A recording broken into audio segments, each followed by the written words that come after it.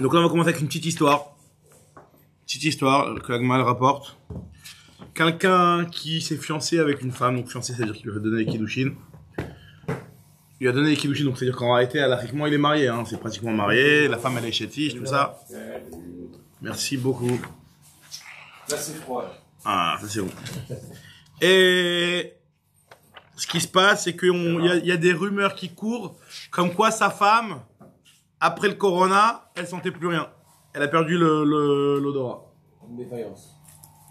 Enfin, bon, c'était pas le corona à l'époque. En tout cas, qu'elle était, comment on appelle ça? Totranit. Totranit. Totranit, ça veut dire, comme il dit le Rashbam, elle avait pas l'odorat. Donc apparemment, ça peut déranger, ça. Parce que imagine-toi, la femme, elle a pas l'odorat, ça veut dire que la pkaïla, tu peux être sûr que qu'elle aura pas le goût de la goulette. Elle a brûlette. Bon, en tout cas, ça risque de déranger. C'est un moum, c'est un défaut, donc ça peut le déranger. Donc lui, il veut faire un test. Alors le test qu'il a, c'est un test de, il veut faire un petit coup de vis. C'est quoi le petit coup de vis qu'il fait? Ça peut être arrangeant. Nous dit la Gemara, je vous lis l'histoire. Amavuda Amarav, Maaseh Badam Echad, chez Amrou lo ishto totranit. Tout le monde raconte comme quoi sa femme elle a pas l'odorat.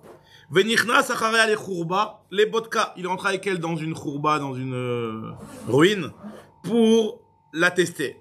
Amar là, il lui a dit, je sens l'odeur du radis. Je sais pas, tu connais l'odeur du radis, toi? Je connais pas l'odeur du radis. En tout cas, l'odeur, ça sent pas, hein? Il y a quoi? Ça sent fort le radis? Ah ouais, ouais. Ah ouais, ok. Ok. En tout cas, il y a l'odeur du radis, il lui dit. Il veut voir comment c'était pas vrai. La femme, elle lui a dit. Il a le droit d'aller seul avec elle? Bah, c'est sa femme. Non, c'est pas après les kiddushin. Ah, après les kiddushin, c'est vrai. Après les kiddushin, pas après la choupa. Pas. Qu'est-ce qu'il fait seul? C'est les ruines. C'est les ruines. Alors, ils ont plus. En fait, c'était la fameuse Souga qu'à Yehuda, ils avaient l'habitude d'être mitziached avec leurs femmes, etc. Là, on rentre pas dans le problème de est-ce qu'il y avait vraiment un problème de Yichud et est-ce qu'il y aurait un problème de Yichud. Ça, c'est encore une autre chéla, mais là, c'est pas ça la chéla. Est-ce qu'il y a un problème de Yichud? C'est vrai que dans une khourba, normalement, c'est un problème de Yichud, c'est vrai. Forcément, dans une khourba, c'est un problème de Yichud. En tout cas, là, l'idée, c'est que, regardez, ça c'est très intéressant. Ce qui est marqué ici, c'est un lien très intéressant. C'est-à-dire que le type, en fait, il est là pour la tester. Ça veut dire que si le test, il passe pas, il a un divorce. C'est quoi, il veut pas tester, Stam dans le ventre. S'il voit que vraiment, sa femme, elle réussit pas le test, il a divorce. Donc, quelque part, il est là avec l'intention de la divorcer. Il lui fait le test, il lui dit, voilà, il y a l'odeur du tsnon. Qu'est-ce qu'elle lui répond, la femme? Alors, Réar Tsnon anima Réar, Bégalil. Donc, il a voulu un petit peu la tester. Alors, il y a plusieurs pirouchim, il y a deux pirouchim dans le Rajba, mais est-ce qu'il y avait vraiment un tsnon, mais que c'est un tsnon qu'il a ramené avec lui dans sa poche, ou alors, il y avait pas de tsnon, il a voulu faire croire qu'il y avait un tsnon. Peu importe, en tout cas, ce qu'elle lui a répondu en blaguant, Amrale lui a dit, Manya Ivlan Mikotevet de Yericho, Ve'achal Nale. Si vraiment il y a l'odeur du tsnon, il y a l'odeur du radis, alors qui me donne les petites dates de Jéricho? D'accord, Yirat Marie. Qui c'est qui me donne une petite date de Jéricho parce que c'est le sucré contre le piquant, c'est un mélange explosif qui va bien ensemble. Donc du genre comme si qu'elle rentrait un petit peu dans son jeu que ouais t'as raison, si vraiment il y a l'odeur du tsnon, alors donne-moi une date. Maintenant en fait c'est-à-dire qu'elle avait capté qu'il se moquait d'elle.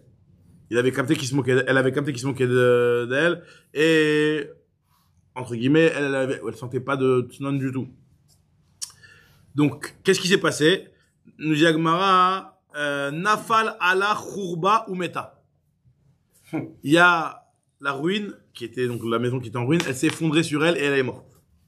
Maintenant, le problème, c'est que cette femme-là, elle avait beaucoup de biens et que finalement, lui, il voulait l'hériter. Mais le problème, c'est que comme lui, il comptait la divorcer, parce qu'il voulait lui faire le test de l'odorat, il voulait la divorcer. Donc il y a une halakha que quelqu'un qui veut divorcer sa femme, il ne l'hérite pas. C'est une halakha, même s'il est encore marié avec elle, etc. Le fait de vouloir dato les garcha, il ne l'hérite pas. Donc nous dit Agma ce qui s'est passé, c'est que lui il est parti au Beddin. Il est confirmé. Ah, mais le problème c'est que c'est vrai, c'est vrai. Ça peut être positif ou négatif. En tout cas, ce qui s'est passé, c'est que lui, ils lui ont dit, c'est vrai, mais il avait quand même un tête de la divorcer. Pour lui, le mariage, il était pas scellé. Une éventualité. Donc, le Beddin, ils lui ont dit, à partir du moment où tu as ça suffit qu'il y ait une éventualité de la divorcer, pour dire que cette femme-là, t'es pas avec elle, à 100% dans ta tête. Et donc, le fait de pas être avec elle 100% dans ta tête, tu peux pas l'hériter. En fait, ils ont dit le Beddin. Il est venu au Beddin. Amrou Chachamim, O'il velo nichnas acharya ela lebotka, meta ena yorsha. Puisque tu es venu là pour la vérifier, donc tu as l'intention de la divorcer si jamais elle ne réussit pas le test. Donc, la halakha, elle est que si jamais elle meurt, tu ne l'hérites pas. C'est une halakha, on avait déjà vu ça dans Gizin, que quelqu'un qui vient et qui a l'intention, quelqu'un qui est marié avec sa femme, normal, il a fait Kroupa, Kiddushin, tout ce que tu veux. Nathan enav le garsha, eno ochel perot. Ça, c'est une halakha qu'on a vu dans Gizin. Ça veut dire qu'il n'a pas le droit de manger les perot, de saisir ses milogues, à partir du moment où il a l'intention de la divorcer. Nathan enav le garsha, c'est une halakha. Il y en a même qui disent que bon, il a plus le droit s'il change de, c'est pas Pachout. Quelqu'un qui est sur le point qui est avec sa femme et qui a l'intention de divorcer, alors, si c'est pas vraiment une vraie pensée, c'est juste qu'il est sur le coup de la colère, etc. Peut-être c'est différent, mais en tout cas, quelqu'un que Nathan enav les garsha, il y a des halakhot, il a peut-être pas le droit d'aller avec elle, etc. Il y a des halakhot par rapport à ça. Il y a des halakhot pas. Et une des halakhot, c'est justement de dire qu'il ne l'hérite pas. De dire qu'il ne l'hérite pas.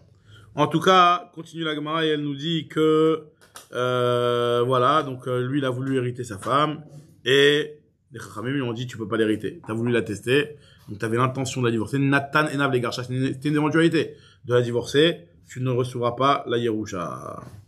Très bien. Alors, maintenant, une seconde.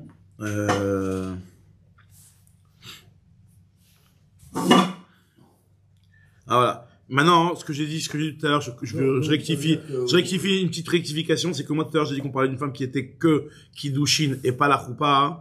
En fait, le Rashbam, il rapporte cette éventualité comme j'ai expliqué, mais il la réfute et il dit que non, on parle forcément que la femme a été plus que ça, plus que les Kiddushin. Forcément, il y avait aussi la Choupa, parce que si elle avait les Kiddushin, l'héritage, quoi qu'il arrive, va pas chez le mari. Pour que l'héritage il aille chez le mari, il faut qu'il y ait eu la Choupa. Donc, on parle forcément qu'il y a eu la Choupa ici. Fox, c'est-à-dire donc ça arrive tout le problème de Bernard de Yehoud, c'est vrai. Il est marié avec elle. L'héritage, c'est-à-dire que si jamais la femme elle est venue, son père ou il lui avait donné une dot de tant et tant d'argent, donc le mari non, c'est lui qui hérite. S'il est marié avec elle, c'est lui qui reçoit le. Très bien. Alors maintenant, on continue. Ça va où l'argent alors de la femme? Bah dans l'autre sens, il n'y a pas tellement de questions puisque la femme n'hérite pas le mari. Non mais si c'est la femme qui veut divorcer, elle veut divorcer. Lui, il va hériter d'elle. Si elle veut divorcer, sachant, normalement, c'est pas, Elle peut pas divorcer, mais ça donne pas un statut de Nathan enav les garsha. Nathan enav les garsha, c'est vraiment si le mari compte la divorcer, c'est lui qui a la possibilité de la divorcer. Ou alors de la femme? La quoi? Bah, c'est l'héritier qui la prend. C'est-à-dire ses parents, ses sœurs, ses frères, c'est eux qui héritent. Donc de nos jours, quelqu'un qui dépose un dossier au tribunal, donc forcément ça veut dire qu'il est en cours de divorce et que sa femme elle décède entre temps et que tous les biens règlement il a droit à rien. Ouais, exactement. En tout cas, nous dit la Gemara, Sivlonot muatim tishamesh baen bebet avia. On avait vu dans la Mishnah que le khatan, lorsqu'il était fiancé avec sa fiancée, qui lui envoyait des cadeaux pendant la période de fiançailles et que après le mariage il aboutit pas. On avait dit qu'il y avait certains cadeaux qu'il doit rendre, que la femme elle doit rendre, et certains cadeaux que la femme ne doit pas rendre. Si c'était des denrées périssables, on avait dit, des trucs qui pouvaient être consommables rapidement, bah, type il a envoyé un petit paquet d'amiel à la belle famille, ben, si jamais le mariage y casse, bah, elle va pas le rendre. Mais par contre, c'est des trucs plus importants, on avait dit que on rendait. Alors nous dit Agmara, Yativ Rabin Saba Kame de Rav Papa Yativ et Kahama. Donc lui, il nous a résumé un petit peu la halakha ici en nous disant comme ça, Ben Shemet Tahi, Ben Shemet Hu, que ce soit la fin du mariage, c'est-à-dire l'annulation du mariage, qui soit due à la mort de la kala, ou à la mort du khatan, ou alors au changement d'avis du khatan, qui veut la divorcer. Dans tous ces cas-là, si vlonot adre, ma'achal ou mishte lo adre. Si c'est des cadeaux, faut les rendre, même si c'est pas de la faute de la femme, elle est morte. Maintenant, la famille, elle a la bague de diamant, ou le truc que le khatan il a offert. Bah, il n'y a pas eu de mariage, donc tu rends ça à la famille du khatan. C'est normal. Par contre, tout ce qui est machal ou mishté, tout ce qui est nourriture, ça, tu le rends pas. Pourquoi on dirait pas que c'est justement le fait que ça a cassé, elle garde tout? Je sais pas, donc je comprends pourquoi. Alors, par contre, si c'est adraba'ihi, ça peut être une valeur d'un contrat, ça peut être une compensation. Si le pourquoi mari il est obligé de rendre? parce que c'est des, comment on appelle ça, c'est un mariage qui est, ce qui a donné ça, ce qui a donné comme cadeau, c'est parce qu'il va se marier avec elle. C'est parce qu'il va se marier avec elle. Donc, et pourquoi, d'accord, mais ça correspond à un contrat. Pourquoi la Torah, elle dirait pas, dans ces cas-là, que ça resterait une une compensation pour. Prends une compensation, je m'en prie. Ils ont pas marié, tu reviens sur ce que tu as. Parce que c'est le mari qui a changé de vie. Justement. Si c'est la femme qui a changé d'avis, elle peut raison. Voilà, attendez. Non, mais là, ce qu'on est en train de dire, le mari qui a changé d'avis, on avait dit que la femme, elle rend les cadeaux, mais elle rend pas la nourriture. Si c'est la femme qui change d'avis, même la nourriture, elle le rend. Il lui a donné un paquet de chocolat, elle le rend. Il lui a donné Kishav et Deyarka, elle le rend. C'est là. Il n'y a pas de compensation. Le mariage n'a pas abouti. Par le mari, faute du mari. Le mari, il a changé d'avis. Le mariage n'a pas abouti. C'est implicite que quand elle donne. Alors c'est pas gentil. Elle va pleurer quelques mois. Je veux bien. Mais c'est pas pour autant que. Non, c'est pas pour autant que tu dois lui laisser le cadeau. Le type, il lui a offert une. Rolex. À combien? À 77 000 €, années 83, là. Là, vers truc, là. Tu veux l'offrir à la prochaine. Il la récupère, c'est normal. Le type, il vient, il lui a donné un petit cadeau et juste après, ça a cassé. Surtout dans ce cas-là, après la femme, alors d'après toi, la femme, si elle a reçu un très beau cadeau et elle veut pas se marier avec lui, elle va faire des moyens pour le faire changer d'avis. Elle va lui faire la misère et comme ça, il va changer d'avis. Il a trouvé la parade, là. Ah, tu as trouvé la parade, là. En tout cas, ce que nous dit la Gemara. Je vais faire écouter sur ma femme ce soir. En tout cas, ce que nous dit la Gemara ici, c'est que si jamais c'est elle qui change d'avis, donc là, elle doit tout rendre, même les quichas des harkas, c'est-à-dire même des légumes qu'il lui a envoyés. Il lui a envoyé un repas, il lui a envoyé des fruits, des trucs, elle rend tout. Amaravuna berede Rav Yoshua veshamin lahem de bassar bezol. Par contre, quand on rend la nourriture, on va pas lui rendre la nourriture. Imagine-toi, le type lui a envoyé, un plat de couscous ou un truc comme ça, une belle entrecôte. Combien elle va devoir rembourser le prix de l'entrecôte? Est-ce que c'est le prix tarif boucher ou tarif grossiste? Tarif boucher ou tarif grossiste? Ah, maintenant, on nous dit ici, non, parce que c'est vrai, la femme, elle te dit, ok, le mariage, il a cassé. Mais moi, tu m'as donné un morceau de viande. Un morceau de viande. Tu m'as donné un morceau de viande. Moi, j'aurais jamais acheté un morceau de viande à ce prix-là. Donc, moi, je te rends, et c'est ça la lara. C'est que la femme, elle devra rendre le prix de la viande de mes bassar bezol. De mes bassar bezol, ça veut dire un tiers de moins que le prix. Le prix, dans les magasins. Veshamilem dme bassar bezol. Ad kama bezol, ad tilta. C'est un tiers en moins. Très bien. Maintenant, on va commencer la nouvelle Mishnah, et c'est une halakha qui est très, très, très importante, on en avait déjà longtemps parlé. C'est la fameuse halakha du shriv mera. Le shriv mera, c'est que la personne qui est, agonisant, sur le point de mourir, elle a la possibilité de faire des testaments. Testament, ça veut dire que par la parole, même sans les retransmettre à l'écrit, par sa parole, elle peut faire un kinyan. D'accord?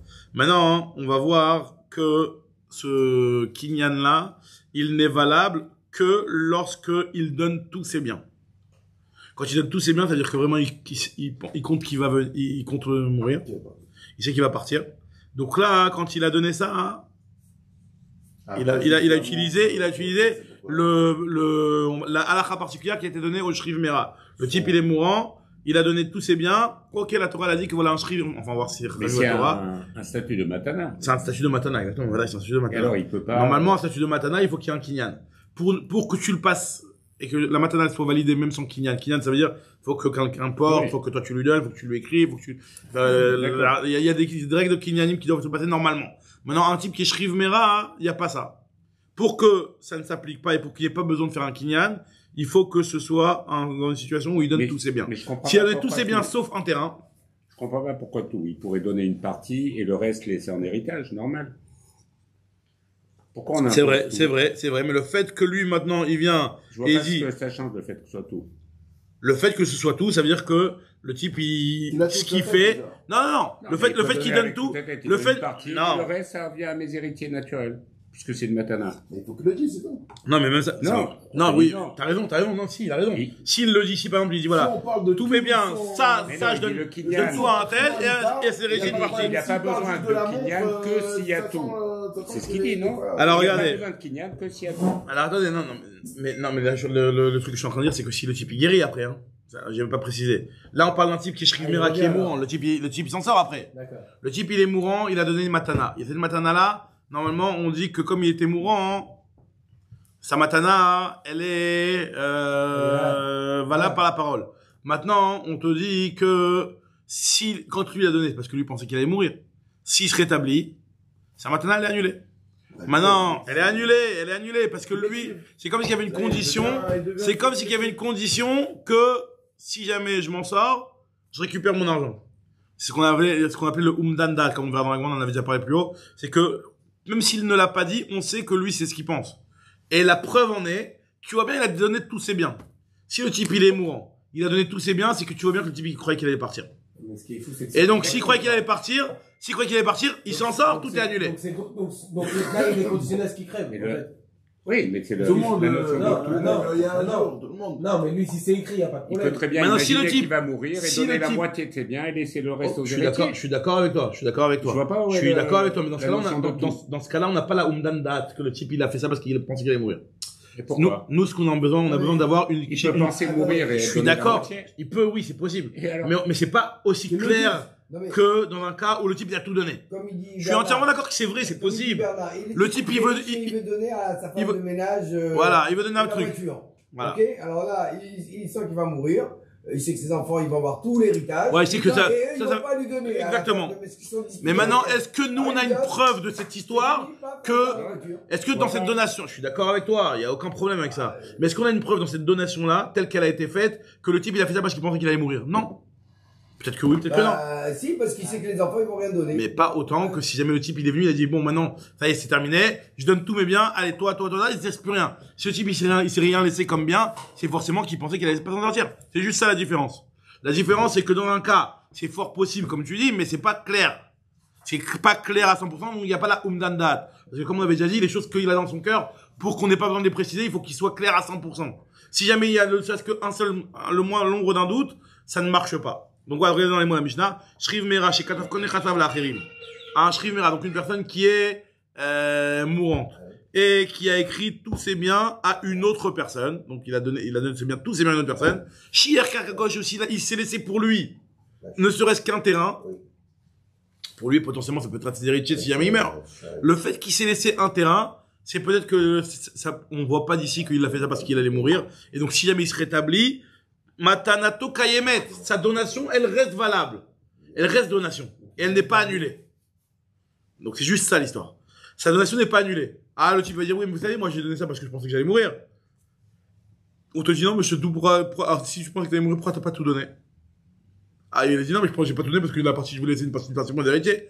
Ok, mais bon, ce que tu me dis, c'est ta parole contre, y a rien qui prouve, y a rien qui prouve ce que tu dis. Par contre, si jamais le type il a tout donné, alors vous êtes d'accord avec moi que c'est quand même plus clair, l'histoire elle est plus claire. Si le type il a tout donné, vous êtes d'accord avec moi que c'est plus clair l'histoire.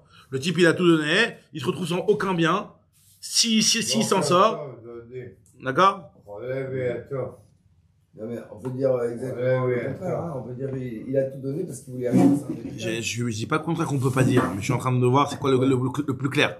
Le plus mouchar. Là, il y a la umdana. Ce qu'on appelle la umdana, l'estimation de comprendre ce qu'il a dans la tête le plus fort. C'est dans le cas où il a tout donné, c'est sûr.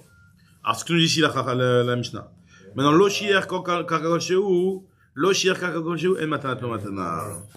Alors maintenant, quel est le Tana qui va d'après la umdandat? Ce qu'on avait dit justement, la umdandat, ce qu'il a dans la tête, même s'il ne l'a pas dit clairement. Alors, on dit Agma comme ça. Man Tana de Azlinan Batar Umdana.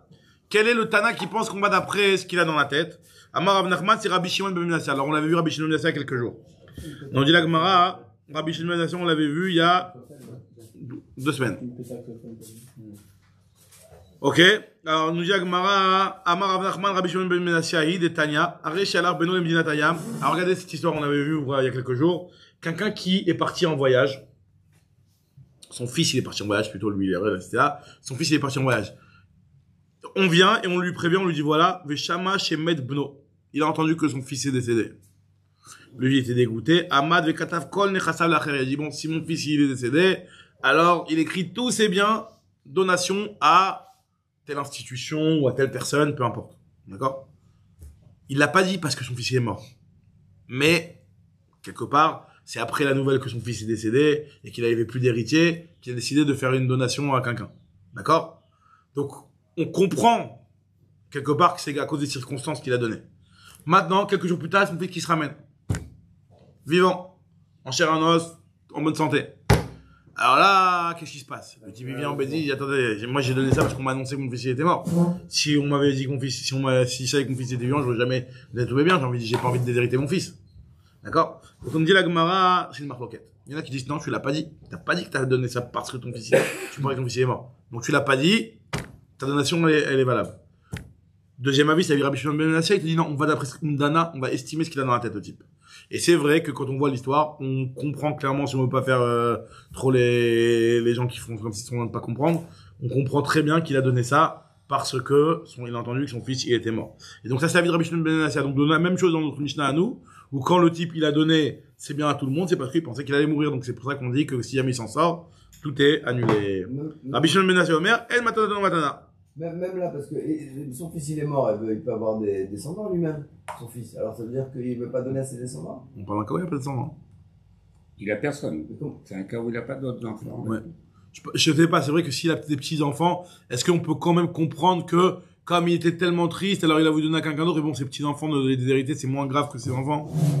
Je pense que, pour mieux comprendre, faut dire qu'il a pas de petits-enfants, je pense. Il n'y a même pas d'héritier. Il n'y a pas d'autre héritier. Ouais, il n'y a pas d'autre héritier. Ouais, c'est le seul fils. Il n'y a pas de petits-enfants, donc là on comprend. Il n'a pas de frère, Voilà, il a des frères. Si, il a des frères. Il veut pas donner. Il a des frères, il veut pas donner aux frères. La couverture qu'il y a du fait de son héritage, il la refuse. Parce que, de toute façon, un homme, La couverture? Un homme qui meurt, il a forcément le système d'héritage qui va couvrir la répartition de ses biens. Ok. Donc ça, il a toujours. Donc là, il fait un acte pour supprimer. Ouais, exactement. Bah, s'il lui reste plus rien, il y a pas de couverture d'héritage il n'a plus rien, hein. C'est-à-dire qu'il veut déshériter tout le monde au profit de la personne en question. Comme on a vu depuis le début des Sugas, c'est que ça compte pas. Il donne tous ses biens à un autre, c'est quoi? Parce qu'il a perdu son fils, exactement. Donc, et après son fils, il arrive. D'après Tanakama, sa donation, elle est validée. D'après Rabbi Shimon ben Menassia, El Matana Matana. Parce que, Aya Yodea, chez Bno Kayam, s'il savait que son fils était vivant, lo Aya Kodvam, il n'aurait jamais donné ça.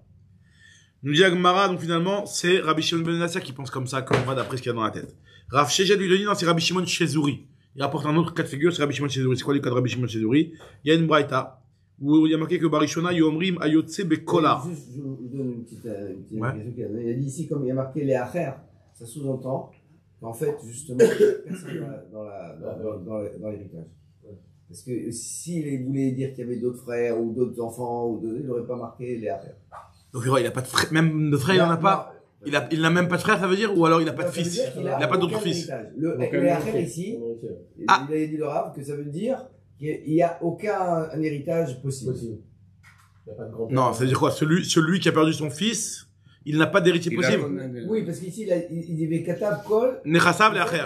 Leacher, ok. Forcément que lui, il n'a pas d'héritier. Il n'a pas d'héritier, mais c'est-à-dire on avait dit que tout le monde a un héritier. À part, il n'y a pas un héritier direct. Il n'y a pas d'héritier. Direct, fils, petit-fils. C'est quelqu'un avec qui il n'a aucun. Oui, il n'a pas d'héritier. S'ils sont tous. Et que ce Acher-là n'a rien à voir avec la Yerusha. Ça, ok.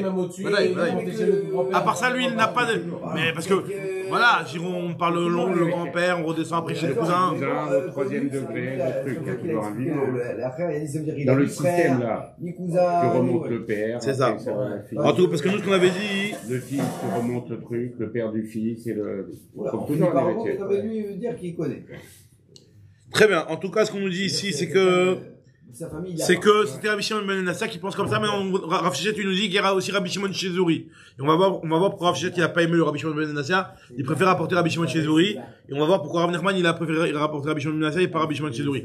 Qu'est-ce qu'il a dit Rabbi Shimon Shezuri? Rabbi Shimon Shezuri, il a dit comme ça. Barishona Yomri Mayotse Bekola. Quelqu'un qui est condamné à mort. Un condamné à mort. Qui vient et on lui dit, voilà, t'es condamné à mort, on te dirige vers la potence, d'accord? Donc maintenant c'est chez les Goïm ou un truc comme ça, hein. Et il a dit, bon, ok, le type est sur le point de mourir, il avait pas d'enfant, il veut pas que sa femme elle fasse le hiboum. Il dit, écrivez un guet pour ma femme. Il demande à Edim, voilà, je vous nomme Edim pour écrire un guet et le donner à ma femme. Vamar, qui vous guet les ishti. Arelouir tevu veitnu. Ils peuvent, selon sa demande, justement, écrire le guet et le donner à la femme, et donc la femme elle va être divorcée.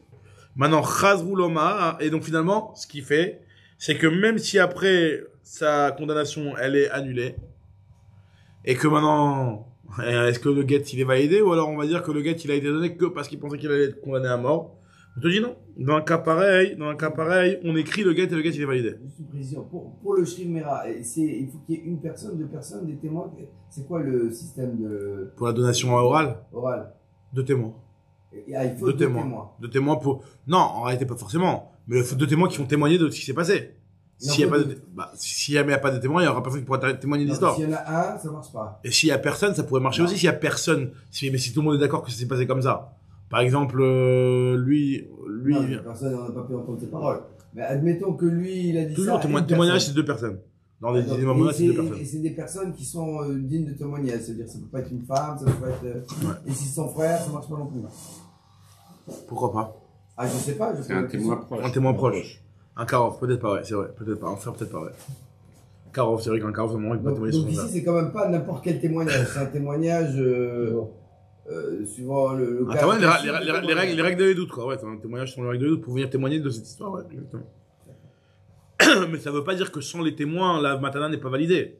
La matana est validée indépendamment des témoins. On n'a pas besoin de témoins pour que la matana soit validée. La matana soit validée. Les témoins, c'est juste pour venir témoigner de ça.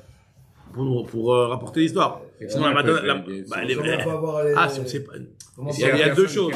Je suis d'accord. Mais il y a 2 choses. Il y a premièrement de savoir est-ce que l'histoire, elle s'est passée ou pas. Et ça, là, les témoins, ils vont venir témoigner de ça. Mais si jamais quelqu'un, il a donné sans présence de témoins, et ben, la matana, elle est donnée. Imagine-toi, on a dit que c'est une matana qui est valable. Il a donné, tous ses biens sauf un terrain. Ok? Donc, on a dit que dans un cas pareil, la matana, elle est valable. Le type, il guérit, il s'en sort. Et à la fin, il n'y avait pas de témoin au moment où il a fait ça. Le type, quand il est Shriv Mera, il n'a pas forcément de témoin à côté de lui. Et il s'en sort, il dit, voilà, vous savez, j'ai donné tous mes biens à un tel, à l'oral. Il n'y avait pas de témoin, c'est tout. La matana, elle est quand même validée, même s'il n'y a pas de témoin. Lui, il a avoué qu'il a donné à quelqu'un. Lui, il a avoué. Oui. Pas besoin de témoins, surtout dans ce cas-là. Je veux dire, les témoins, ils sont juste là comme de partout. On a besoin de témoins pour vérifier une histoire, mais c'est pas que les témoins, ils sont obligatoires. En tout cas, là, l'histoire de celui qui est sur le point de se faire tuer, condamnation à mort. On nous dit ici, celui-là, il peut demander d'écrire un guet. Chazrouloma, afam faj sebashayara. La Gemara nous dit que pareil aussi, celui qui sort et qui va en voyage et qui demande avant son voyage d'écrire un guet et que les témoins écoutent ce type-là qui a demandé d'écrire un guet à sa femme. Ils peuvent écrire le guet, même s'il n'a pas dit écrivez-le et donnez-le à ma femme, ils peuvent l'écrire et le donner à la femme, et la femme elle est divorcée pour ce guet-là. Ok? Maintenant, là, ce qui est intéressant, c'est ce qu'il dit Rabbi Shimon ben Chizuri. Rabbi Shimon ben Chizuri Omer, afam esoukan, même celui qui est en danger. Celui qui est en danger, c'est-à-dire qu'il est proche sur le point de mort, donc comment Shriv Mera. Donc lui, il a intention, quand il demande... Le guet, il prend effet quand il meurt, ou bien même dans l'intervalle... Dès que le guet il est donné. Dès que le guet il est donné. Dès que le guet il donne. Donc la femme elle est libre. La femme elle est libre dès qu'elle a reçu. Son mari est encore. Il est encore en vie, badaï. Toute l'histoire, le guet, il faut que le guet soit donné avant la mort du humain. Avant la mort de la personne. Donc à la limite, il peut pas y avoir machine arrière. Alors voilà, justement. Parce que si le guet est valable et que la femme elle a une relation de truc parce qu'elle pense être libre. Donc il peut plus revenir. Alors maintenant, qu'est-ce qui se passe? Lui, dans un cas pareil, donc finalement, c'est quoi le problème ici? Le problème, c'est que lui, quand il a donné ce guet-là, quand il a dit écrivez ce guet, c'est parce qu'il voulait que sa femme-là soit... Le problème, il est le suivant. Dans cette Mishnah-là, de cette Braïta, c'est Mishnah, je crois, que le problème, il est à savoir, est-ce que, quand il a demandé au témoin d'écrire le guet, il n'aura pas dit de le donner à la femme? Est-ce qu'on écrire? Il a juste dit d'écrire, il n'a pas dit donner. Est-ce que ça suffit? Alors on dit, voilà, quand le type il est sur le point de mourir, on comprend qu'il veut pas écrire pour faire un cadre. Il veut écrire pour le donner à sa femme, pour que Torah de Yiboum. On comprend. Et Rabbi Shimon il dit, même si le type il est Mesoukan, il est sur le point de mourir, il se dit peut-être que d'un moment à l'autre, il pourra plus parler, il pourra plus dire, il leur dit voilà, écrivez le guet. C'est-à-dire écrivez le guet et donnez-le. Donc en tout cas voilà, donc finalement on comprend ce qu'il y a dans sa tête. Donc c'est encore une fois l'histoire de la Umdana. Rabbi Shimon HaShizuri, lui il nous dit que c'est pas évident, mais en tout cas comme ça Rabbi Shimon HaShizuri lui il comprend. Il dit Afam Mesoukan. Donc on avait vu dans, je sais plus où là, dans Gitin, on avait dit que le Sofer qui écrivait des Gitin et tout. Donc ça veut dire qu'on peut faire écrire le fait d'écrire un guet, c'est pas obligé que... Oui, en tout cas là c'est le mari dans sa situation, c'est à cause de la situation. On voit que la situation, elle va nous permettre de comprendre ce qu'il avait dans la tête le gars, même s'il l'a pas dit. Ouais. En tout cas, nous dit Agma, pourquoi Rav Nachman, lui, il a pas apporté celui qui, parce que c'était quoi l'idée? Que ce soit dans notre Mishnah, l'histoire du Shriv Mera, que ce soit dans l'histoire de Rabbi Shimon ben Menassia, avec le type qui a son fils qui est parti et qui est soi-disant mort et qui revient vivant. Ou que ce soit dans l'histoire de le type qui est en danger de mort ou Shriv Mera et qui demande d'écrire un guet. Dans tous les cas, on voit que on va d'après ce qu'il a dans la tête, même s'il ne l'a pas dit clairement. Pourquoi Rav Nachman, lui, il a pas apporté la preuve de Rabbi Shimon Shizuri? Pourquoi Rav Shichet qui a apporté la preuve de Rabbi Shimon Shizuri qu'on va d'après ce qu'il a dans la tête? Il a pas apporté la preuve de Rav Nachman avec le type qui a son fils qui est soi-disant mort. Alors, on dit l'Agmara, est-ce qu'il y a une différence? Pourquoi il y en a un, il a préféré cette preuve-là que l'autre? Rav Nachman Maïta Malo Mokima qui Rav Shimon Shizuri, Shane Atam d'Amar Kidvu. Je te dis, dans l'histoire de Rabbi Shimon Shizuri, il y a au moins, il a dit quelque chose. Il a dit écrivez le guet. C'est pas qu'il y a rien. Tandis que dans l'histoire de la matana du Shriv Mera, ou dans l'histoire de celui qui a son fils qui est mort, là, en réalité, il a rien dit. Il a rien dit, ça veut dire qu'il a pas dit, et il y a rien qui nous montre comme quoi, c'est parce que, enfin, c'est ce qu'il y a dans la tête, on comprend. Mais la chose, elle est moins flagrante. Il a rien dit, il y a pas eu le mot kidvu qui a été dit, qui a été prononcé. Donc c'est vrai que c'est différent. Peut-être que Rabbi Shimon Shizuri, lui, il considère que on va aller d'après ce qu'il y a dans la tête, parce qu'il a commencé le début de la phrase. Il a dit, écrivez le guet. Écrivez le guet, ça veut forcément dire aussi donner. Donc la chose elle est plus claire. Tandis que dans le cas où le fils il est parti en vacances et il est mort, on lui annonce comme quoi il est mort et il a fait une donation, ou il a précisé qu'il le fait parce que son fils il est mort, il a rien précisé. Continue l'Agma, elle nous dit, Rav Shichet, pourquoi lui il a pas porté la preuve de Rabbi Shimon ben Menassia? Rav Shichet maïta malam mokima ki Rabbi Shimon ben Menassia, omdana de mukharshane. Il te dit que l'histoire de Rabbi Shimon ben Menassia, c'est tellement clair que c'est normal que tu vas dans ce qu'il a dans la tête. Tu vois, le type, il a donné tous ses biens, parce qu'on vient de lui annoncer que son fils est mort, il a donné tous ses biens. Donc là, j'ai pas une preuve à quelque chose qui serait un petit peu moins clair que ça. Donc, chacun, il a préféré apporter une preuve d'une braïta ou d'une autre. Ok. Maintenant, on dit à Gemara, Mantana le'adatan Rav, je t'apporte aussi une autre braïta qui va un petit peu dans ce sens-là, et dis-moi comme qui elle pourrait aller. C'est la braïta qui nous dit la chose suivante. Areshaya chole ou mutal bemita. Quelqu'un qui était sur son lit il était malade, il était alité. Amroulo, ils lui ont dit, à qui tu veux qu'on donne tes biens? T'es sur le point de mourir, fais un petit testament. À qui tu veux qu'on donne tes biens? À nous. À Hamar Lahem, il leur a dit, Domé sheyesh liben. Domé sheyesh liben. Il leur a dit comme ça. Domé sheyesh liben. Moi, je pensais que j'avais un fils. Maintenant que je vais voir que j'ai pas de fils, Arshav chez En liben, nechasai le ploni. Mes biens soient donnés à un tel. Donc moi, je pensais avoir un fils. Maintenant que je n'ai pas de fils, je donne mes biens à Réhouven. D'accord? Ou alors, Ayachole ou Mutalbamita. Amroulon Nechasav Lemi. Amarlaem, Domé Sheishtime ou Beret. Moi, je pensais que ma femme était enceinte pour que mon futur enfant hérite. Maintenant qu'elle n'est pas enceinte, alors mes biens seront donnés à un tel. Nechasa, il est ploni. Et qu'est-ce qui s'est avéré? C'est qu'en fait, il avait un fils. C'est qu'en fait, sa femme a été enceinte. Donc, il a clairement dit ici que je pensais que j'avais un fils. Ah, mais comme j'en ai pas, alors il sait pas qu'il a un fils. Ou alors que sa femme est enceinte. Bon, ça c'est déjà plus facile à comprendre. En tout cas, ce que nous dit Agma ici, c'est que Venoda chez Eshloben, Oshaita Ishto Meberet. Il pensait qu'il avait pas un fils, ça veut dire qu'il était mort. Qui était mort, c'est ça, bien sûr. Qu'il avait un fils, il savait pas s'il était encore vivant. Il savait pas s'il était encore vivant ou pas, bien sûr. En tout cas, ce que nous dit Agmara ici, c'est que Venoda chez Eshloben, Oshaita Ishto Meberet, et Matanato, Matana, sa Matana n'en est pas une. Puisqu'il a clairement dit dans sa phrase qu'il donnait parce qu'il pensait que sa femme était enceinte et qu'elle ne l'est pas. Il a eu la déception que sa femme n'était pas enceinte, alors qu'en réalité elle était enceinte au moment où il meurt. Donc dans ce cas-là, on comprend clairement que finalement ce qu'il veut donner ici à ce Réhouven, c'est que parce qu'il pensait que sa femme n'était pas enceinte. Donc ça va comme qui, ça, nous dit l'Agmara? Est-ce que ça va comme Rabbi Shimon ben Menassia et pas comme Chachamim qui sont en désaccord et qui disent qu'on va pas, selon l'estimation de comprendre ce qu'il a dans la tête même quand il a pas dit? L'Agmara dit non, ça peut aller même comme Rabbanan, parce qu'elle a clairement dit. Je pensais que ma femme, elle était pas enceinte et que j'ai été déçu qu'elle n'était pas enceinte, donc je donne mes biens à Réhouven. Il a clairement dit que c'est pour ça qu'il a donné ses biens à des Réhouven. Le Yagmara, Leimar, Rabbi Shimon ben Menassia, Velo Rabbanan, Afoutéma Rabbanan. S'il avait pas dit, alors effectivement, t'aurais pu aller que comme Rabbi Shimon ben Menassia. Là, quand on nous dit que sa matana n'est pas une matana, c'est justement parce que ça peut aller même comme Rabbanan et parce qu'il a précisé cette phrase-là. Alors le Yagmara, dans ce cas, mais ok, je comprends même pas quelle est la vamina de dire que il a dit clairement, le type, il a dit clairement, voilà, je pensais que j'avais pas d'enfant, donc je donne mes biens à Réhouven. C'est clairement parce qu'il a pas d'enfant, il le dit. Jacques, ton putain. S'il le dit pas, quand quelqu'un fait un bien. Alors justement, quand il le dit pas, c'est justement ça Tatsuga. Quand il le dit pas, c'est Rabbi Shimon ben Menassia. On va d'après les non-dits quand ils sont clairs. Tandis que le problème, c'est est-ce que ici c'est un non-dit ou c'est quelque chose qui a été dit. Nous Yagma, il a dit clairement, il a dit, je pensais que j'avais pas d'enfant. Donc là, il a dit clairement. Ah, c'est clair. Le Diagma, alors quel est ton avamina? Pourquoi tu as besoin de te poser la question et pourquoi la Braïta va nous dire c'est pas shoot? Le Diagma, il y a quand même une avamina, c'est peut-être que tu es en train de se lamenter. Et en réalité, c'est pas ça, mais il est juste en train de se lamenter. Mais des karela, makarela, quel est ton avamina? Le Diagma, ou des matsaare ou des kameda, matkar, il est juste en train de mentionner sa souffrance, sa peine. Kamashmaran que non, quand il a dit ça, c'est parce que il nous dit que c'est clairement parce que il est certain de ne pas avoir d'enfant qu'il donne cette donation-là à Reuven. Mais sinon, cette donation-là est annulée, effectivement, elle est annulée d'après tout le monde, même d'après Rabbanan. Pourquoi on dit Cholé, Bashriv, Mera, là? C'est la même chose? C'est la même chose. C'est la même chose ici, ouais. C'est la même chose. Tout ça, c'est Shrivmera. Toute cette souillot-là, c'est souillot de Shrivmera. Nous dit l'Agmara, non, histoire de Shrivmera. On avait dit que le Shrivmera, c'est pas celui qui est forcément alité, qui agonise.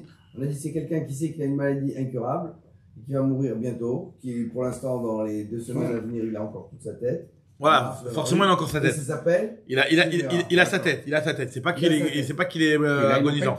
Il est pas agonisant. Il y a Gossès, c'est agonisant. Le Gossès, c'est agonisant. Lui, il peut même pas parler, on sait même pas ce qu'il dit, ça veut rien dire, parce qu'il a même pas toute sa tête. Le Shrivmera, il a toute sa tête.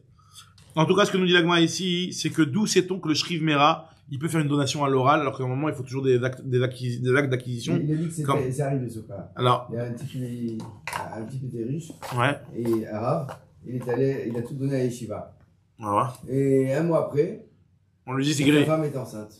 Ah. Alors, ils ont dit, mais alors, moi j'ai tout donné. Jamais je pensais que ma femme allait être enceinte. Alors là, mais là, il a pas dit. Et allez, parce que pour lui, c'était mort. Alors, qu'est-ce qu'ils font dans ce cas-là? Et ils lui ont redonné. Ils l'ont rendu? Ouais. C'est pas ce que tu dis, hein. Là, d'après ce qu'on, ça dépend d'après quel avis. Nous, on a dit Marloquette. Rabbi Shimon ben Menassia, oui. D'après Rabbi Shimon ben Menassia, on lui rend.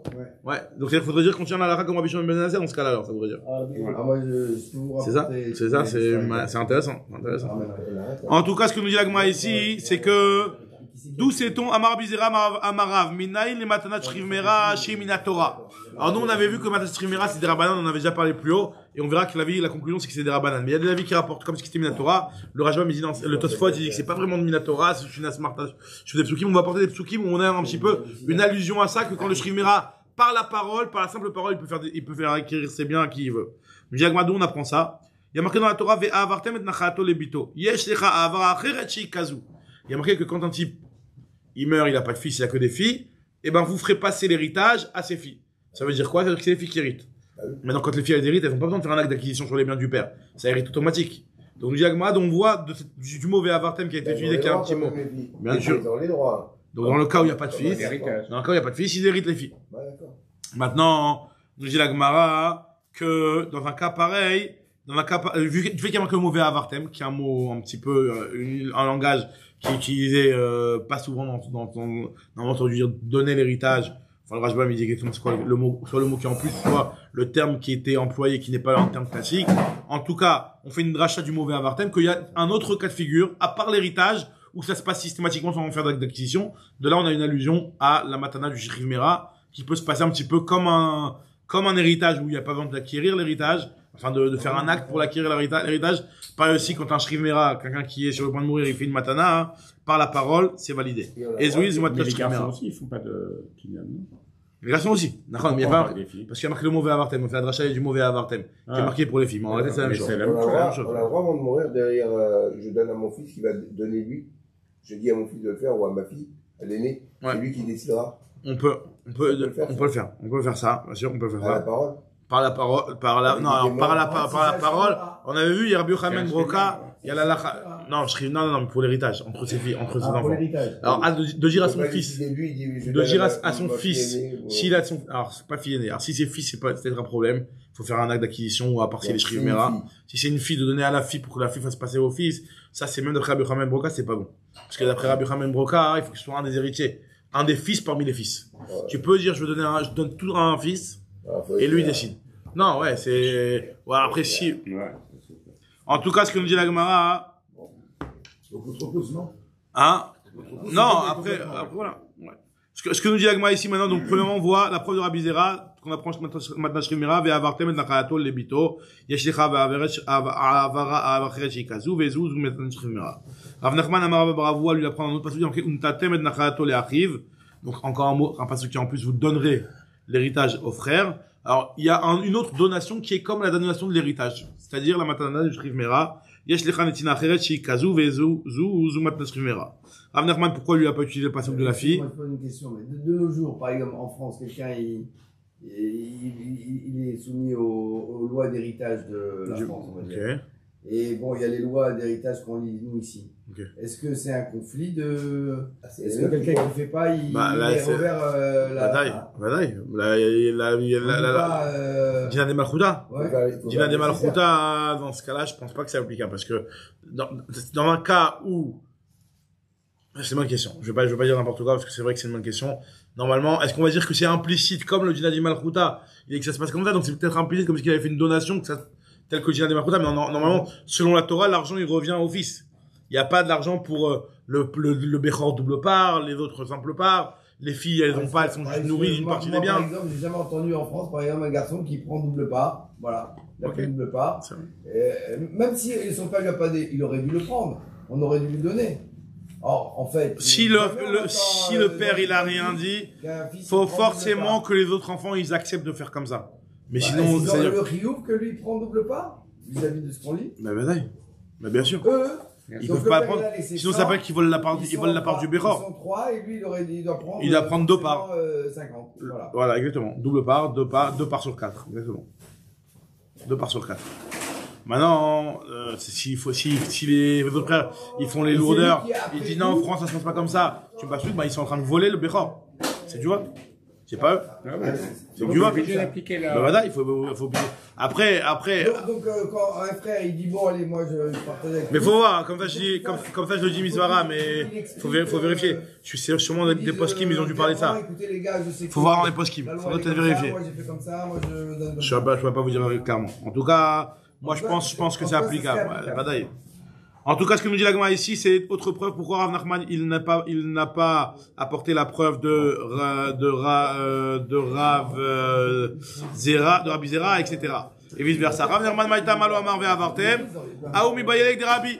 Le mot Ve'avartem, on avait déjà vu qu'il avait déjà été utilisé, on a vu dans le Perek Eshnochalim, que la dracha du mot Ve'avartem, c'est qu'on apprenait de là que, l'héritage passait, par la fille à la famille de son mari. Donc de là, on avait dit qu'on apprenait que le mari héritait la femme. D'accord? Détania Rabbi Omer, Bekulam Neemra Baen Netina. Dans tous les héritages, il y a marqué, tu donneras l'héritage au fils, tu donneras l'héritage au frère. Pour la fille, il y a marqué, tu feras passer l'héritage à la fille. De là, on voit que la fille, elle fait passer l'héritage dans l'autre tribu. Donc de là, on apprend que l'héritage passe au mari. Nous dit Agmara Rabbi Omer, Bekulam Neemra Baen Netina, Vekan Neemra Baen Avara, Necha Shemavir Nachala Mishevet Leshevet, et la bat Oil Ubna Ubala Yorshimota, puisque son fils et son mari l'héritent. Alors Rabbi Zera, lui, pourquoi il n'a pas porté la dracha de Natatem Le'achiv, là? Il te dit, peut-être que le mot, là-bas, ça a été utilisé. Il n'y a rien aucun mot qui est en plus. C'est le derrière du pasuk de passer comme ça. Vous donnerez l'héritage aux frères. C'est le derrière du pasuk. Il n'y a pas de mot en plus duquel on peut faire la dracha. Maïta malomam mimun tantem, oche dekrahu. Alors Rav Menashe Bar Yirmiyah, il te dit, moi j'apprends ça dans notre pasuk. Il y a un pasuk d'Achitophel. Non, Chizkiyahu d'abord. Il y a marqué concernant Chizkiyahu, quand il était malade, il est venu le voir Yeshayahu ben Amos le Navi. Il lui a dit, fais ton testament parce que tu vas mourir. D'accord? Donc on voit ici, fais le testament. Testament, il lui a employé la chaîne de ordonner par la parole. Donc là on voit que tu peux par la parole décider de distribuer tes biens. Bayamimahem chala Chizkiyahu lamut, vayavo elav Yeshayahu ben Amos Navi, vayomer elav, quoi marachem, tzav le betecha kimet ata velo tamtichie. Donc ordonne à ta famille, fais la tzava, bet tzava, be'alma, par la parole uniquement. Je dis à Gemara, Rambam Chizkiyahu lui apprend un autre pasuk, c'est Achitophel. Achitophel, lui, il était avec Avshalom, dans la bande d'Avshalom. Il a même conseillé à Avshalom des petites techniques pour se rebeller, pour tuer son père, etc. En tout cas, quand il a vu que ça se passait mal, et qu'il a vu que ça se passait pas bien pour Avshalom, et que ce qu'il a fait, il avait pris la mauvaise voie, il s'est suicidé après Achitophel. Il y a marqué qu'il est parti, il s'est suicidé. Et il y a marqué qu'avant de se suicider, il a fait une tzava. ואחיתופל ראה כי לא נעשתה עצתו, ויחבוש את החמור, וילך אל ביתו אל עירו, ויצב אל ביתו. Il a commencé, il a ordonné sa famille, c'est-à-dire il a distribué, il a fait une tzava à sa famille, ויחנק, et après il s'est pendu ou je sais pas quoi, il s'est étranglé. Betsava, Abelma aussi a marqué que ça se passe par la tzava. Il y a 3 choses qui ont été dites sur Achitophel. Regardez, 3 choses que Achitophel a dit, 3 choses Achitophel a ordonné avant de mourir plutôt. Tanu Rabbanan Shlosha Dvarim Siva Achitophel et Banav, Al Tiu B'Machloket. Premièrement, il a vu comment ça lui a coûté cher de rentrer dans cette marloquette entre David Amelech et Avshalom. Il a dit, premièrement, ne rentrez jamais dans les marloquettes. Jamais ne rentrez dans les marloquettes. Deuxième chose, Altim Redou Malchut Bedavid. Ne vous rebellez pas contre le Malchut Bedavid. Moi, j'ai fait l'erreur. Ne vous rebellez pas contre le roi David.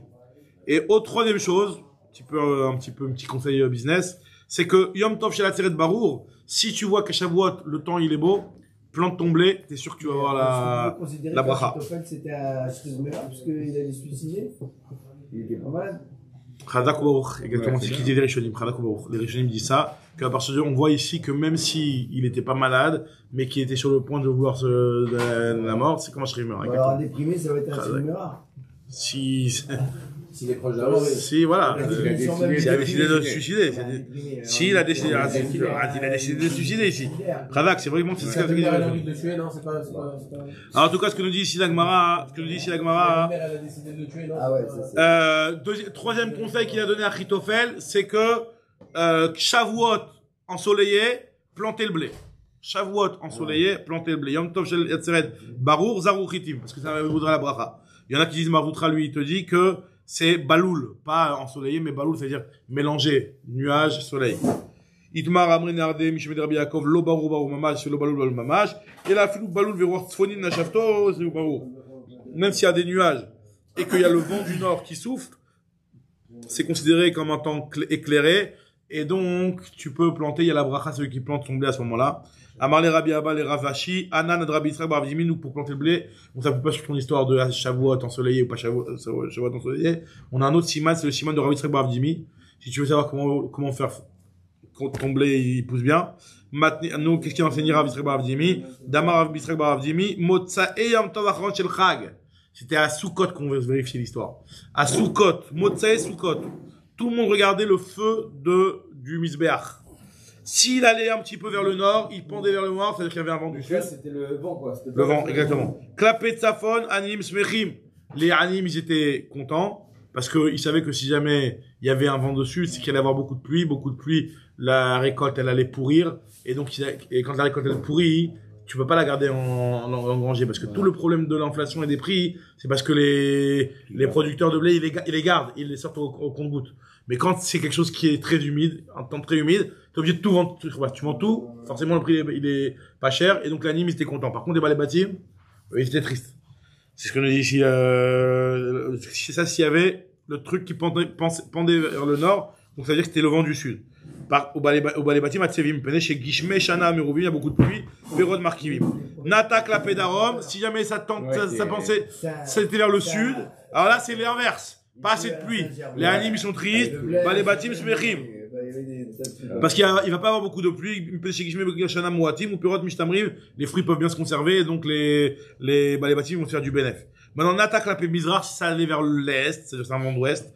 Tout le monde est content. Tout le monde est content. C'est le parfait équilibre. Klapé Maharav, Akolativim, tout le monde est triste. La Gemara pose la question, elle dit comment tu peux me dire que ces vents-là, ils sont... Parce que finalement, on a dit que c'est quoi le vent qui est bon, c'est le roi Mizrachit, il est mauvais, puisqu'on a dit que si le Esh, il allait vers le Marav, c'est-à-dire qu'il y avait un vent de Mizrach, tout le monde était triste. S'il y avait un vent si ça allait vers l'ouest, donc c'est-à-dire qu'il y avait un vent si ça allait vers l'est plutôt, il y avait un vent de Marav, tout le monde était content. Donc, nous dit Gemara, pour toi, il y a marqué dans une braille, t'as Mizrachit, l'olam a fait, c'est le vent d'est qui est bon. Et Maravit, l'olam caché. Roi Tzfonit, il a fait la Chitim, le vent du nord, il est bon pour le blé, au moment où le blé, s'il y a un vent du nord, au moment où le blé, il a eu un tiers de sa pousse, alors là, il est bon. Par contre, il est mauvais pour l'olive. Regardez, il y a le blé, il y a l'olive. Il est mauvais pour l'huile, pour l'olive, si jamais l'huile, elle a déjà bourgeonné.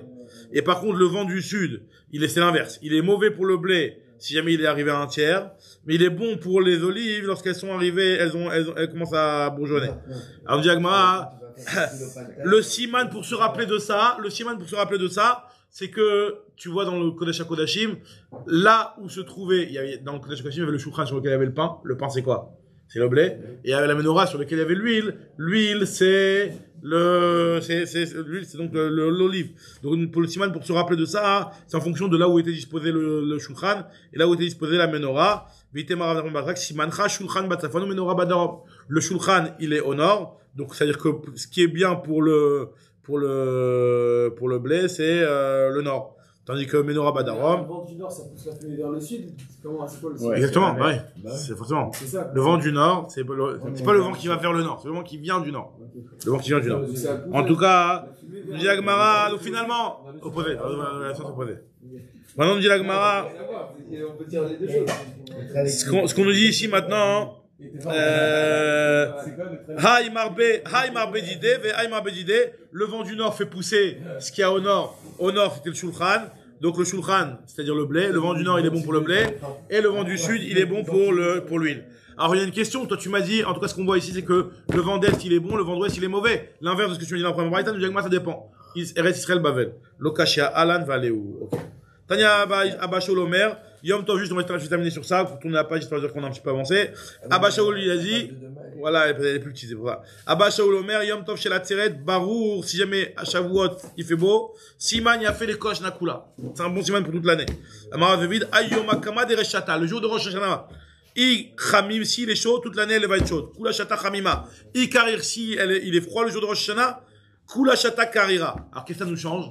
De savoir ça. Les manœuvres comme là, la tfila du Kohen Gadol. Quand le Kohen Gadol, il priait, il rentrait, il priait pour que ça, si l'année elle va être bonne, qu'elle soit bonne, etc. Donc, en fonction de ce qu'il y avait à Rosh Hashanah, il pouvait savoir ce qu'il allait prier. Alors, pour Radak Ubaor, on parle demain, Bedrat Hashem. La suite, Radak Ubaor, Bedrat Hashem, Sioum, dans un mois, Bedrat Hashem.